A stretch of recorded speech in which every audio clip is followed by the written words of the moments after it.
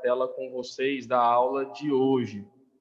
Essa aula é uma aula bem simples, né? O tema da nossa aula de hoje, eu não coloquei aqui o título, mas a gente vai falar sobre doenças que atingem a planta forrageira de uma maneira geral. Quando nós falamos de doença, é importante a gente salientar, né? Primeiro, a importância, né, e o panorama da pecuária no Brasil, para que a gente possa, então, verificar o quanto a doença pode ser um processo de um problema, né? Eu não sei se vocês viram, essa semana saiu aí falando sobre os maiores municípios produtivos, por exemplo, o Jataí do Brasil, ele é o maior produtivo de cana, e saiu que Goiás é o segundo estado no país que tem o maior plantel com o número de bovinos do Brasil, né? Então eu acho que só perde, eu não sei se é para o Mato Grosso, uma questão assim, que eu acho que é quase evidente, né? E com isso, né, a gente tem aí basicamente no Brasil mais de 215 milhões de cabeças, temos aí 174 milhões de hectares de pastagem cultivadas e nativas. O que é essa diferença, né? Cultivadas são essas que a gente faz movimentação, né, e as nativas são aquelas que estão presentes em parques, florestas, etc. E outras nativas que também continuam sendo cultivadas, né? Então a gente acaba entrando nesse nível. 122 milhões de hectares é de cultivadas, são de pastagens cultivadas, e dessa quantidade, 70% a 80% são do gênero Braquiária e também do pânico, né? O plantio disso. E uma das grandes vantagens que nós temos aqui é a questão do boi verde, que é a criação do boi especificadamente em pasto. Isso, independentemente do manejo, da forma com que se é colocado, a gente tem essa vantagem aí, que seriam custos mais baixos, né, devido aí você ter quase que você utilizar tudo em um processo econômico, né? Sejam eles de adubações e de todos os fatores em si. De todas as pastagens que nós temos aí, né, que são cultivadas, quase que 70% delas apresentam algum estágio de degradação, sendo do estágio mais leve ao estágio mais pesado de degradação, né, que é aquele onde você está perdendo já o solo. Então, é importante que a gente possa fazer um processo de verificação, né, quanto a isso, para não termos problemas, né, futuramente nesse fator.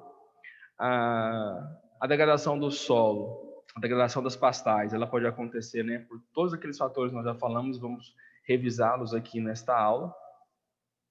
Por isso, então, que se acaba sendo importante a nossa atenção, né, para esses conteúdos, para não ficarmos aí perdidos. Bom, dentro deste fator, nós vamos falar também que, além do manejo, além lá dos fatores como superpastejo, subpastejo, ou mesmo as degradações que acontecem por manejo inadequado, questão de fertilidade do solo, a questão, né, de suprir as necessidades e as demandas da planta, né, a capacidade de apacentamento dessa planta, todos aqueles fatores que causam degradação, tudo isso gera um processo de perca de produtividade. E o que nós temos, além desses fatores, nós temos outros fatores que também desencadeiam aí um processo também de perca de produtividade, né, que vai, então, estar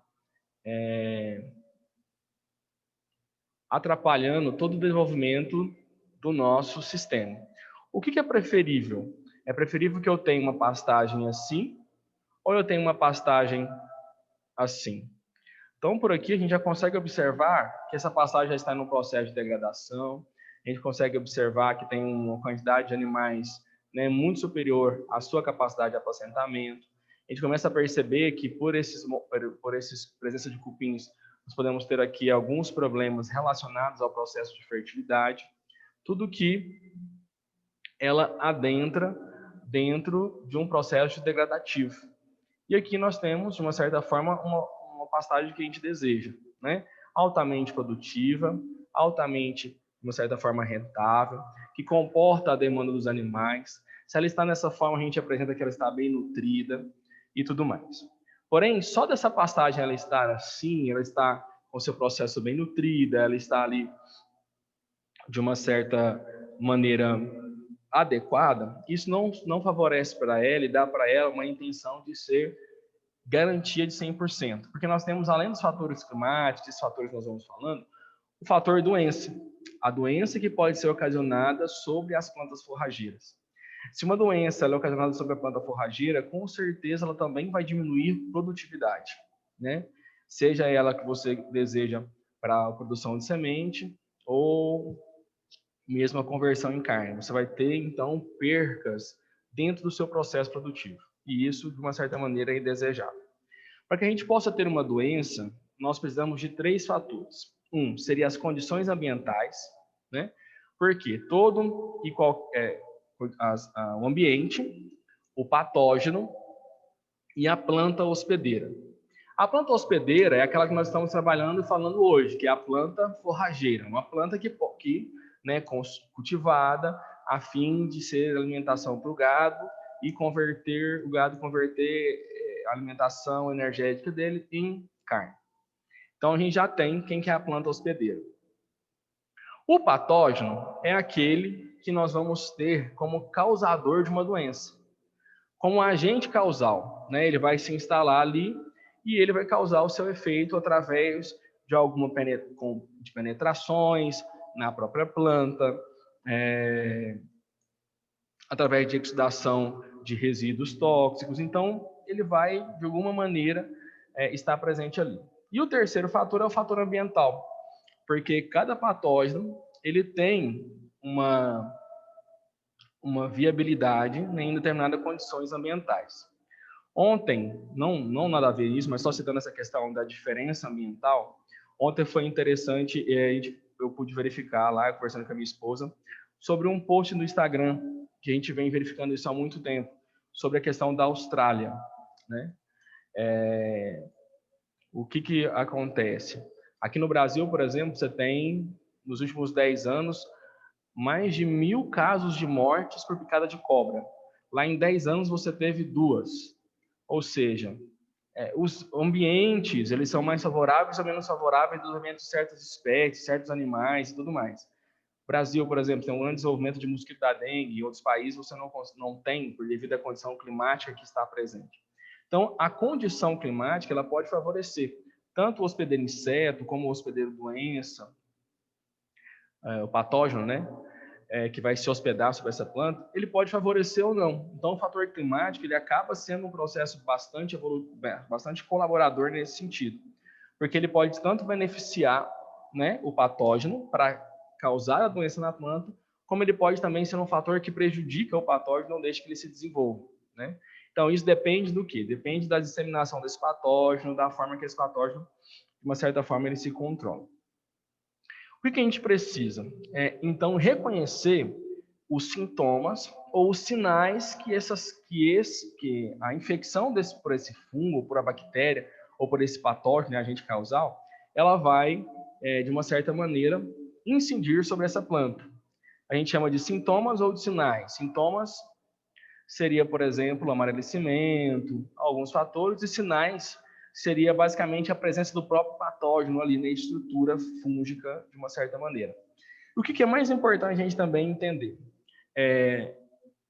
A presença de a gente perceber a questão de doenças, isso vai acontecendo ao longo do tempo e a percepção, né, que a gente vai tendo de facilidade de identificação ao longo do tempo e ao longo desse tempo também porque a gente vai pegando uma questão prática. Por exemplo, se eu falar para você assim, algumas doenças são passíveis de identificação fácil, outras já não são. Então, a gente precisa de ter pessoas que são capacitadas para que possam vir, de uma certa maneira, a identificar, né? Para que a gente possa fazer, então, a programação de como que nós vamos trabalhar, né, nas pastagens com essa doença, uma vez que você também tem uma limitação quanto à aplicação de produtos químicos em pastagens, né? Pouca quantidade de produtos, uma dificuldade, né, de processo de aplicabilidade, uma vez que também vai se alimentar em sequência. Então, isso acaba tendo uma dificuldade imensa. Não que não exista, mas, né, esse é um fator que precisa de ser, de uma certa maneira, ter um cuidado especial. E então é bom que a gente, caso não consiga reconhecer, levar para um processo de um analista, né, que saiba identificar um laboratório. O que acontece também? Os mesmos agentes causais que causam um tipo de doença numa planta, por exemplo, na soja, causa no milho, pode causar também na forragem, né? Então, isso é preciso que a gente possa identificar, né, e a gente possa também perceber. A doença em forrageiras tem se tornado cada vez mais importante para a agropecuária brasileira, uma vez que a gente sabe dessas características aí presentes, né, o quanto a pecuária ela é importante para o Brasil, de uma certa maneira, e o quanto que uma queda na pecuária pode atrapalhar, né, todo o desenvolvimento de uma região, de um país, de um estado, que vive totalmente dependente, em alguns momentos, desses fatores. Essa semana mesmo, o que tem chamado a atenção seria o preço da arroba do boi, que chegou a R$300, né? É um valor muito alto. Por isso que nós estamos vendo aí o preço da carne disparar no mercado, né? Além de outros fatores que envolvem também o fator comércio. E para que a gente possa saber, então, sobre aquela doença, é preciso que a gente saiba da etiologia. Etiologia é para a gente poder identificar qual que é o patógeno que está presente, quais são os sintomas que ele tem causado naquela planta, para que a gente possa, então, estabelecer, de uma certa maneira, as medidas de controle. Quais são as estratégias que eu vou realizar de controle aqui?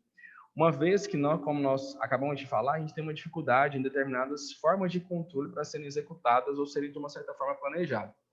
Então, a definição de etiologia e o conhecimento da epidemiologia das doenças são relevantes para o estabelecimento de estratégias de manejo das mesmas, seja em sistemas simples ou sistemas integrados.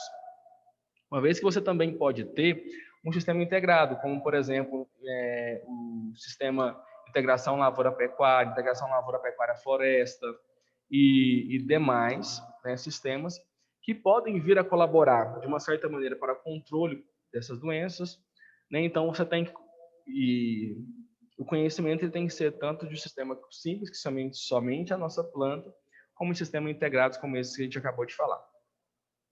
Os maiores conhecimentos e cuidados são necessários na agropecuária a fim de se evitar problemas fitossanitários.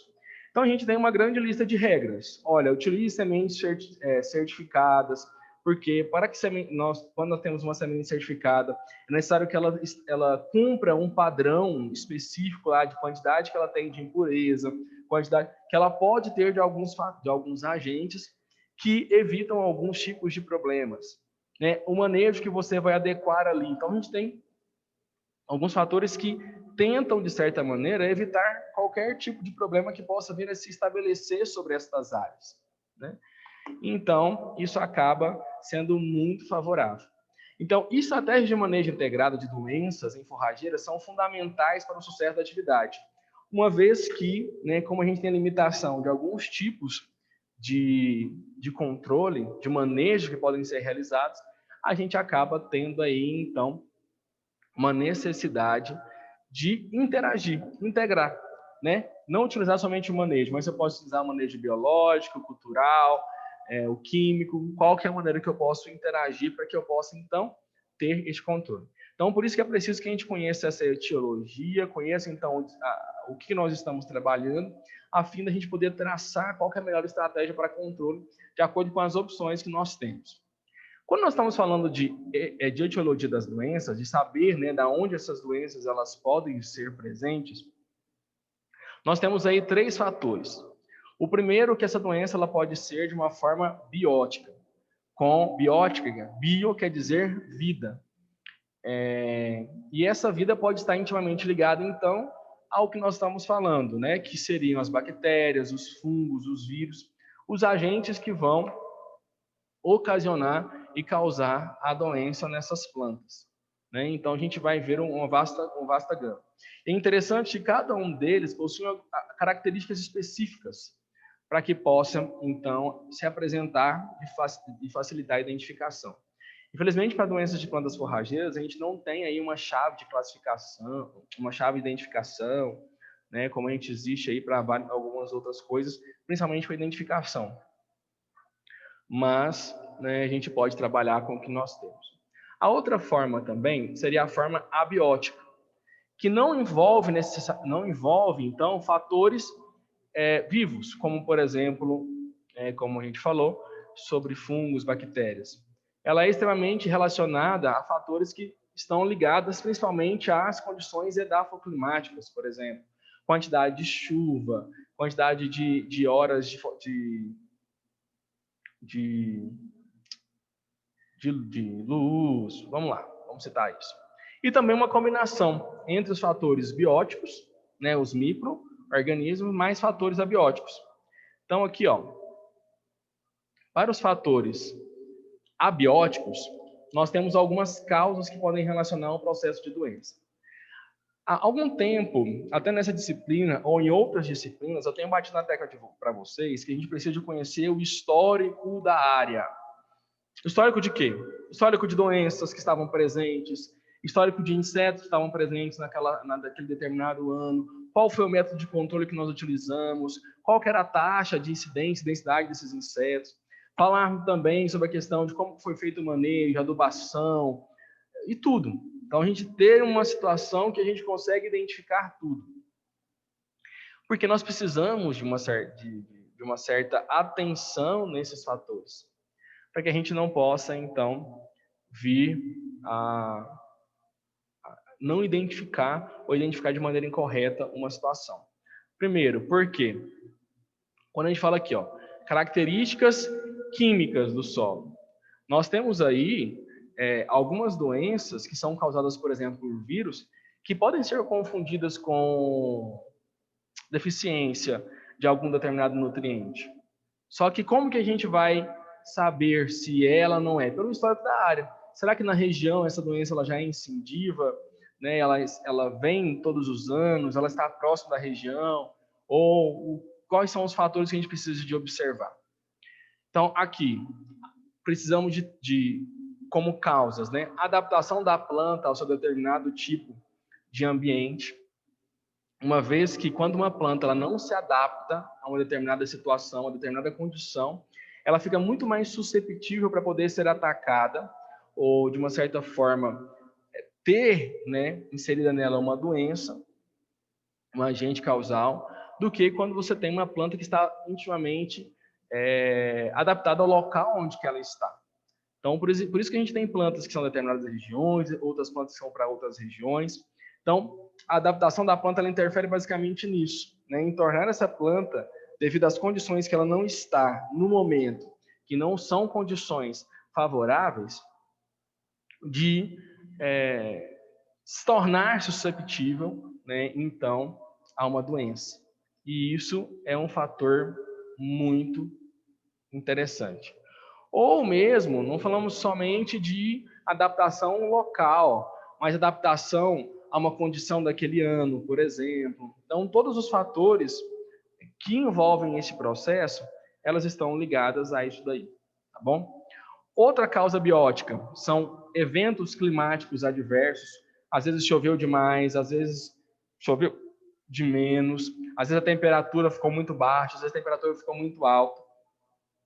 Além desses fatores, eles virem, né, a não colaborar com o desenvolvimento da planta e, assim, a adaptabilidade da planta ou a permanência da planta naquele lugar, ela pode também, com esses eventos climáticos, favorecer determinadas doenças ou desfavorecer, né? Por exemplo, se você tem um evento climático, a chuva de granizo, né, que a gente tem,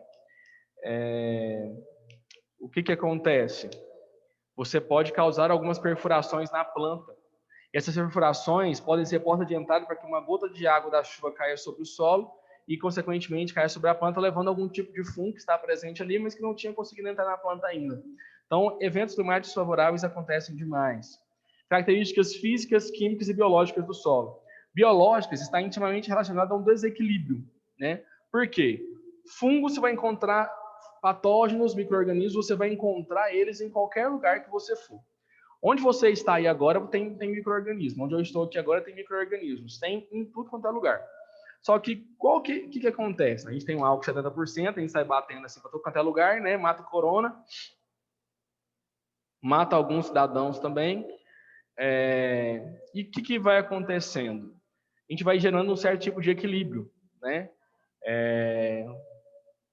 Equilíbrio na quantidade que você tem dessa população, para que não venha a ocasionar algum tipo de dano. E quando você tem aí uma biologia do solo não tão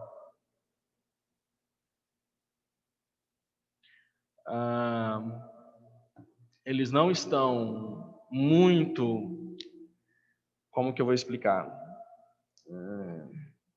Não estão equilibrados, você pode favorecer de uma certa forma aqueles micro-organismos que são maléficos ao invés dos benéficos, né? Então a gente tem essa produção aí. Químicas a gente já falou, né? Sobre a questão da própria fertilidade, que às vezes pode ser confundida. Também a fertilidade pode, de uma certa maneira, ocasionar algum tipo de dano. Agora eu quero fazer uma pergunta para vocês. Você pode abrir o seu microfone aí individualmente, depois que o aluno falar, se você quiser falar também. Qual que seria a contribuição de uma característica física do solo para, por exemplo, a questão de uma doença? O que você acha que poderia ser? Uma característica física.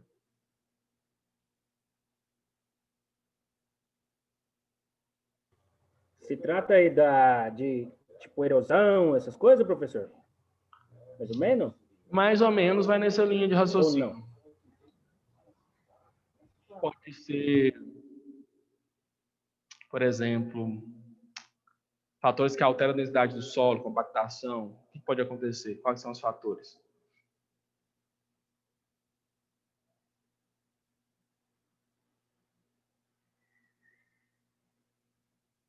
E aí, o que vocês acham?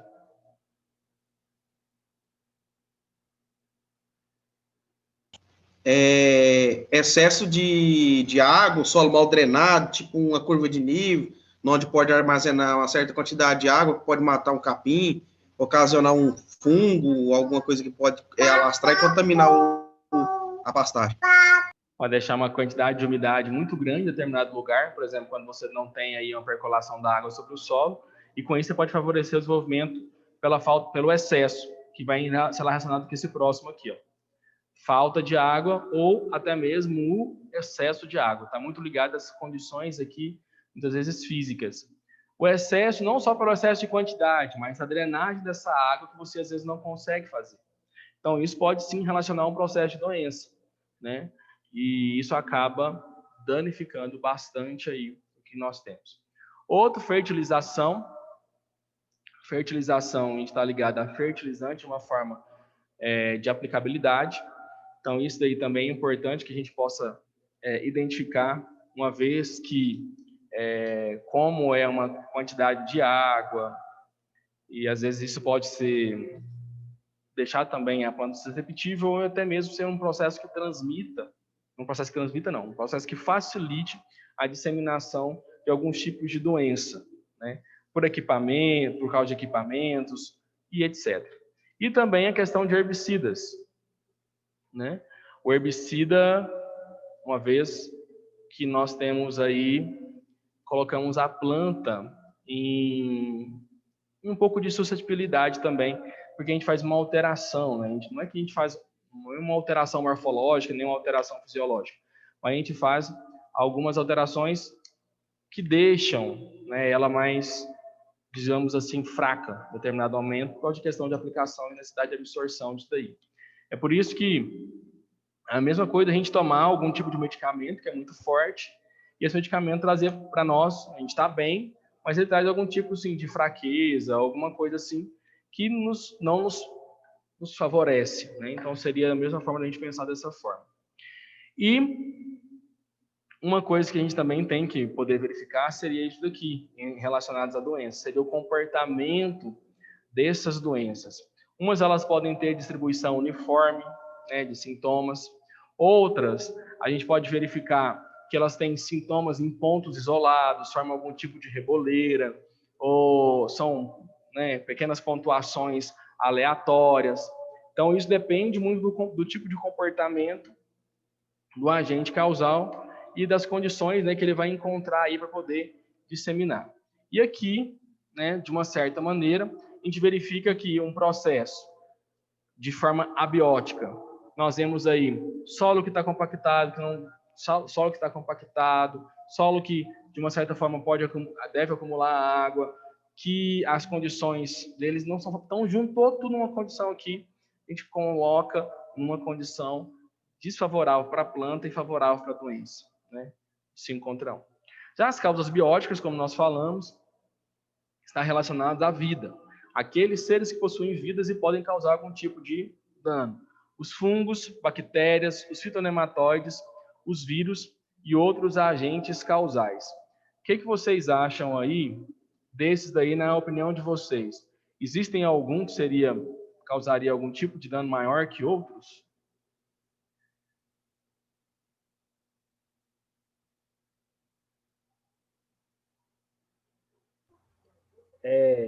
Você está perguntando se entre esses daí se tem um que causa danos maior do que o entre eles mesmos? Isso, aham.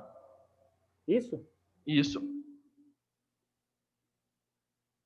que você acha?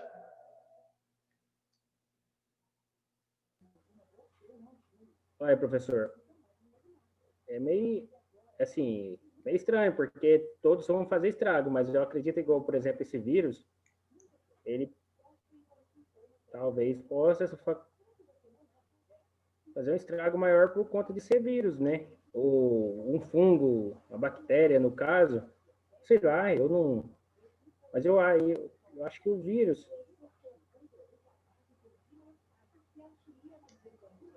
O que acontece de uma maneira geral? Todos eles vão causar danos, todos eles vão causar algum tipo de perca de produtividade.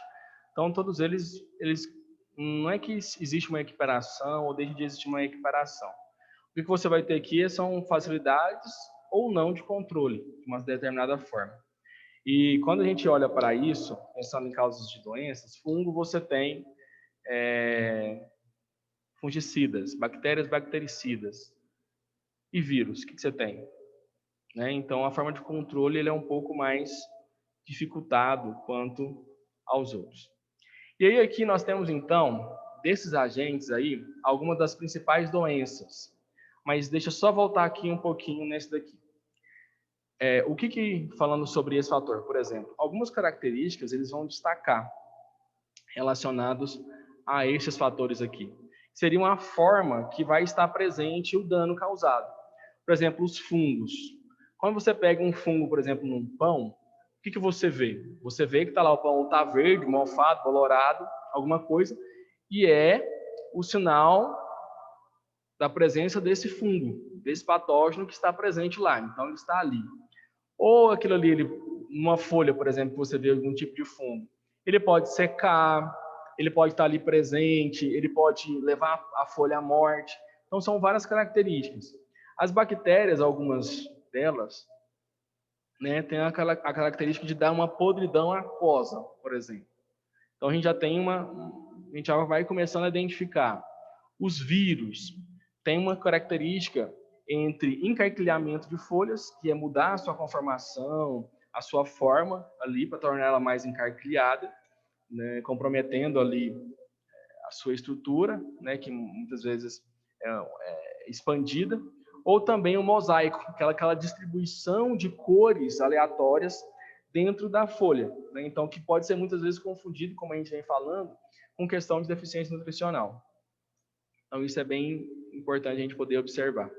E aqui a gente tem, as principais doenças incidentes no órgãos vegetativos em gramíneas forrageiras tropical.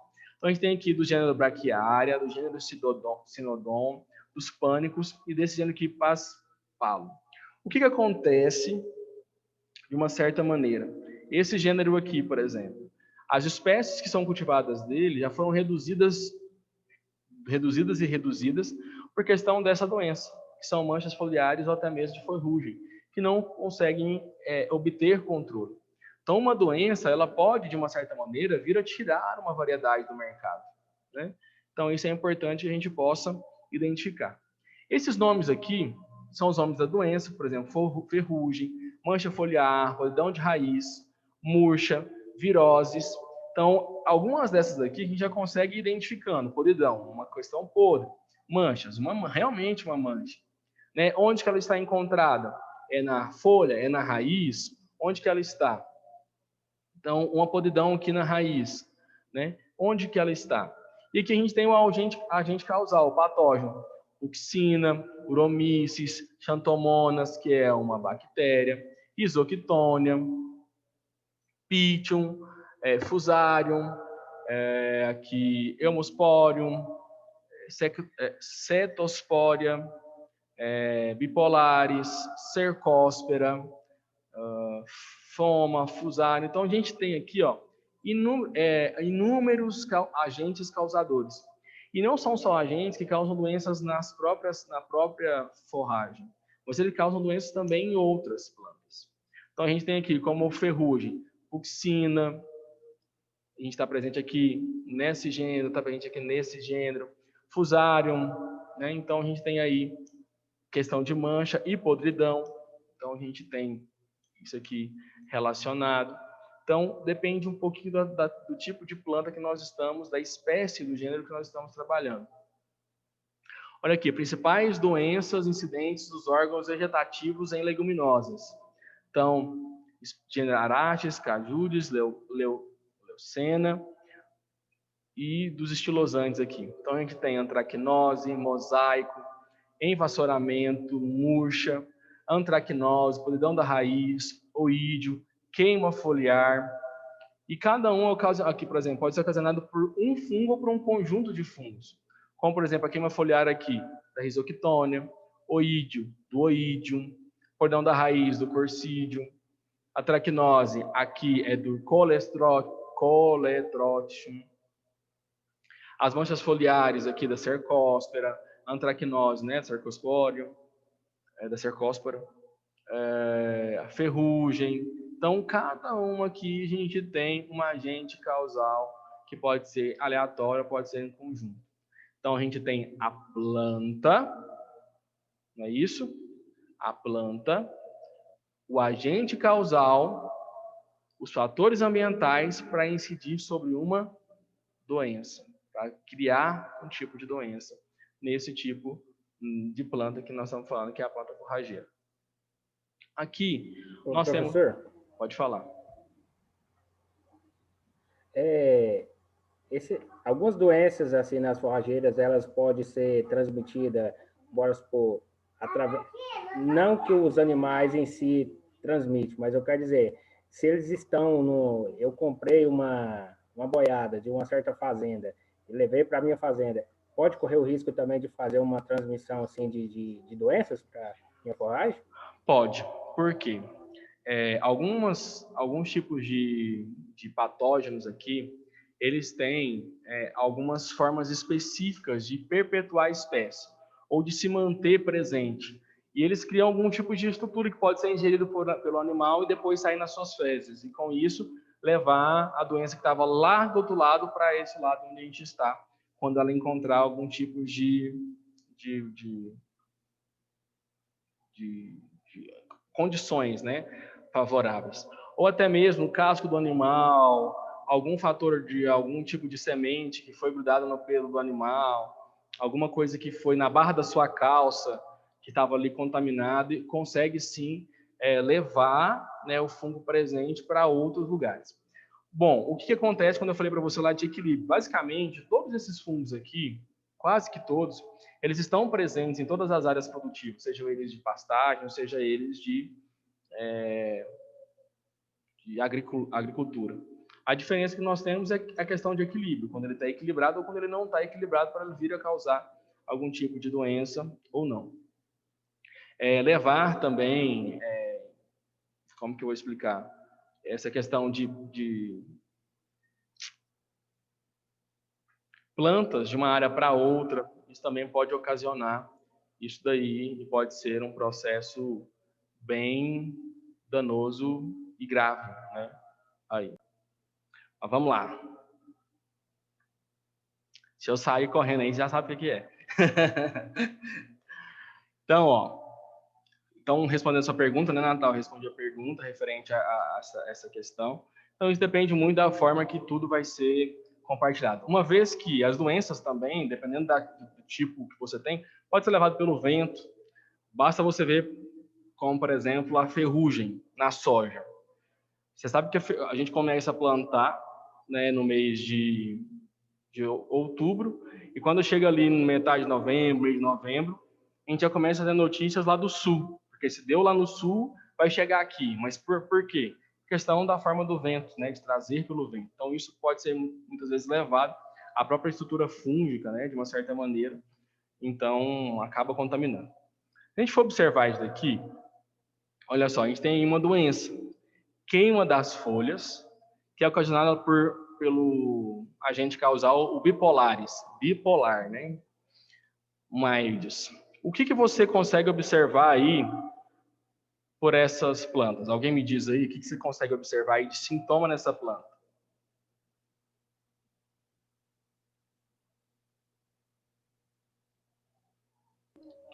Eu consigo ver manchas. Gente. E como que estão essas manchas?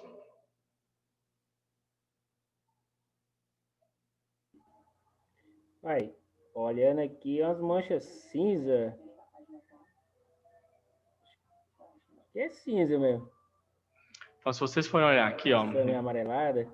A gente tem... Oi. Mas assim, como um todo, tem as manchas, mas num todo as folhas estão de uma forma amarelada. Faz parte também? Sim. Ok. Aqui, para a gente poder verificar, então se a gente fosse olhar a planta como um todo, a gente vê que o tom de coloração dela está diferente. Ela já está uma coloração mais amarelada. E aqui vocês conseguem observar que aqui a gente tem pequenas pontuações, mas aqui na pontinha dela aqui, ela já está totalmente morta. Então a gente precisa de começar a observar quais seriam os tipos de sintomas que nós temos. Olhando para cá, a gente vê o quê? Como o Natal falou, pequenas manchas. E qual que é a característica dessas manchas? Elas estão com o formato aqui meio que oval, meio que elíptico, né? Caracterizado por um halo, que é essa coloração mais escura, né, que a gente verifica aí de marrom, e por dentro dela tá uma coloração cinza. Essa coloração cinza a gente pode perceber que o tecido já morreu. Esse tecido aí já era, não está funcionando mais. Quando a gente vê ele aqui, ó, algumas pontuações que eles estão amareladas, né, alguns pontinhos estão amarelados, o tecido ainda está vivo, aqui, mas está perdendo. Mas, como consequência que você tem, seria a morte dessa folha, a queima das pontas dessa folha. A folha vai se queimando. Como aqui, por exemplo, você vê folhas queimadas aqui embaixo. Então, elas vão amarelando e vão se queimando de acordo com a evolução dessas manchas que nós vamos tendo aqui. Tá? Então, essas manchas são muito importantes da gente conseguir observar. Então, em estágios mais avançados, você tem manchas que são menores, que vão evoluindo para manchas maiores e morte desse tecido. Uma coisa que a gente precisa de entender, essa morte de tecido aqui, nós chamamos ela de necrose. Onde a gente põe o morto, quando ele morre, no necrotério. Então, isso aqui é uma necrose, morte do tecido. Necrose, necrotério, morte do tecido. Então, o tecido que nós temos aqui morreu. Ele não consegue mais respirar, não consegue mais fazer fotossíntese, não consegue fazer mais nada. Isso é uma necrose, morte do tecido. Vou falando mais uma vez, necrose, morte do tecido. Quando a gente tem, por exemplo, as manchas amareladas, alguns fatores, a gente tem uma clorose. Clorose vem de, podemos lembrar de cloro. Se a gente falar de cloro, a gente vai lembrar de hipoclorito de sódio, hipoclorito. Vamos lembrar da que boa lá da sua casa que mancha e deixa a roupa amarelada. Clorose. Você vai lembrar clorose, cloro, hipoclorito, que boa, mancha amarela. Então a gente já consegue perceber alguns tipos de sintomas, né? Que a gente vai falar mancha amarela, não, necrose, morte do tecido, clorose, alteração da cor do tecido por uma coloração mais amareladas, manchas amareladas. Então, isso que a gente consegue observar. Isso aqui seria um processo de etiologia, de identificação disso daqui. O que a gente pode perceber aqui, então? Quais são o que está causando como sintomas? São as manchas, né, que estão levando a uma necrose do tecido. E essas manchas, onde você vê aqui, ó, que está o marrom, né, que circulando esse tecido morto, ali está a presença do patógeno, o fungo causador, né, que é o Bipolaris mites aqui, está presente ali, né, ocasionando esses danos aí para frente. Outra, né, continuando aqui, por exemplo, numa cultivar, Pojuca, é mais cultivada na região sul. Olha para a gente ver. Então aqui, ó, começa com as pontuações, vai evoluindo, olha aqui, queimando a folha por inteira até que você vê essa cena, né, que é a queima mesmo. Então a diferença que você tem dessa imagem é que você tem para essa imagem. Então causado por essa doença, queima das folhas, para agente causal, né, que eu esqueci o nome, que tem final MAGE, tá? Então só para a gente verificar. Então a diferença que nós temos. E olha para vocês verem aqui, né, em sinais mais avançados, que ele vai tomando toda a planta. Olha aqui, ele vai tomando toda a folha, desculpe, ó, de uma forma, né, que fecha todos os espaços, né, impedindo aí a planta de se favorecer. Outra doença que nós temos aqui, bem característica, a gente pode ver isso daqui. O que vocês conseguem ver aqui nessa imagem? Por favor, me digam.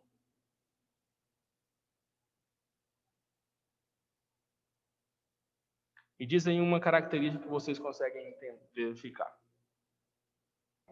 São as verrugas na folha. Quem mais? Eu vejo aí um monte de pigmento, né? Amarronzado. Rafael, parece ter uma formação tipo de, sei lá, como se fosse umas plumas, como se fosse a fungo, alguma coisa assim. O que é essa doença? Essa doença, como já está escrito ali, é ferrugem. Essa ferrugem está na onde? No amendoim forrageiro. O que é característica de uma ferrugem? Causada aqui principalmente por fucsina, né, que está mais usual para as plantas forrageiras, por exemplo. Quando a gente tem de soja, já não é a fucsina. Eu esqueci o nome agora. Fugiu. Fugiu. Quando a gente quer lembrar das coisas, a gente não lembra. O que é literário por quê? Pequenas pontuações. São pontos. 1 ponto, 2 pontos, 3 pontos, 4 pontos, 5 pontos, 6 pontos, 7 pontos. São pontos que podem estar isolados ou podem se juntar. Então, são pontos onde você vai ali, se você for observar, está na parte de baixo da folha, e o que você vê na parte de cima são pontuações mesmo, amareladas ou laranjadas ali. E embaixo você vê, né, essa estrutura aqui. O que nós estamos verificando aqui? A esporulação do fungo. Ou seja, quem está vendo aqui é o próprio fungo causador da doença. Então, ele esporula. Por isso que a gente parece que está em um algodãozinho ou alguma coisa assim. Mas o próprio fungo que ele esporulou. Então, ele tornou na sua forma uma forma que causa dano, uma forma dele causar essas doenças de uma maneira mais geral. Então, a gente vai vendo que ele vai tomando conta de todo o tecido foliar. E também vai ocasionando uma morte do tecido e possivelmente uma secagem desse tecido. Então, essa planta ela pode perder essa parte inteira. Então, onde tiver aqui acentuado, eles vão se desenvolvendo. Por isso que quando a gente passa, parece ter uma casquinha, né? Como se fosse uma casquinha de machucado que está em cima da folha. Então, é o fungo que esporulou e cresceu ali. E dessa forma aqui, ó, ele pode ser levado pelo vento, né? Como a gente acaba falando, ele vai desenvolvendo, pode ser levado pelo vento para contaminar outras áreas, outras plantas, né? De maneira comum aí. A gente tem... Professor? Oi? Essa ferrugem aí que você está apresentando, ela só acontece via foliar. Ela não contamina caule ou como não? Isso daí, Clébio, vai depender do estágio de desenvolvimento dessa doença. A pressão que essa doença está exercendo. Porque, por exemplo, inicialmente ela vai nas folhas. Mas se a quantidade de desenvolvimento dessa doença ela foi muito alta, ela vai atingindo sim outros órgãos da planta e vai causando danos e secagem desse restante do material. Então a gente começa observando ela assim, mas ela vai ocasionando outros danos à medida que ela vai se desenvolvendo. Se não tiver uma medida de controle, ela vai se desenvolvendo e vai sim atingindo outras áreas à medida que ela precisa de sobreviver. Então você pode encontrar sim em outras partes. Mas claro, Professor, de acordo com o você desenvolvimento. mencionou... Pode falar. Natal. Você estava falando aí, eu ia até te perguntar, mas eu esperei você falar mais e até ficou meio dúvida. A ferrugem da soja, no caso, ela é diferente? A forma de infecção, essa daí é a mesma. O gênero aqui, a espécie que causa, que é diferente. Isso aqui é Puxina. Deixa eu só ver aqui, ó. Deixa eu pegar o outro aqui. Quem que é? Opa, ferrugem da soja. Quem que é o agente causal? Cadê?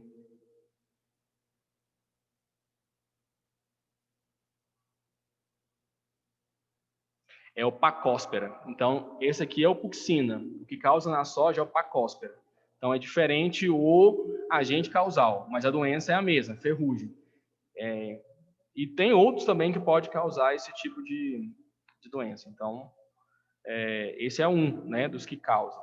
Por exemplo, esse Puxina causa aqui no amendoim. O Pacóspera, que eu queria lembrar, causa na soja. E é o mesmo fator, é o mesmo desenvolvimento. Começa com coloração um pouco alaranjada e vai tendendo isso daí para colorações mais amarronzadas, como a gente vai vendo aí, de acordo com o desenvolvimento, né, dessa planta de uma forma mais específica. Essa doença mesmo, algumas, né, como por exemplo, pegando aqui para você, depois eu vou mandar esse fator aqui da ferrugem. Isso que a gente está chamando aí, ó, esses pontinhos, né, que eu falei para vocês que são pontos, chamados de pústula, que dissemina o fungo, conforme nós falamos, né?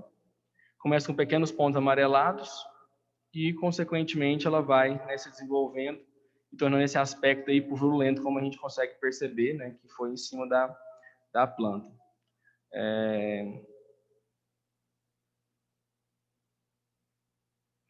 De maneira geral. Então, assim, dependendo, você pode ver ela em outras, do estado de desenvolvimento, você pode ver ela em outras partes da planta, mas dependendo, você também não pode observar. Né? Mas agora, em flores, isso daí vai ser certeza, tá bom?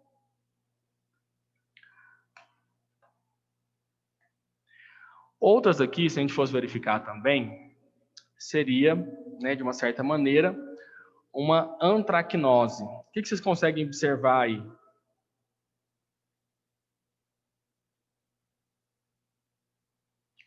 Nesse estilosante, quais são os sintomas que vocês conseguem observar aí? Olha, professor, eu estou conseguindo o amarelamento das folhas principais, né? Uhum. Assim, tem alguns pontos que parecem com oídeos, mas tem umas outras características, outras colorações diferentes, tipo um anel mais escuro em volta, uma cor mais acinzentada entre o meio, né, onde necrosou, e parece que ela impede que a planta rebrote, né? O que você vê aí do oídio que você acabou de falar?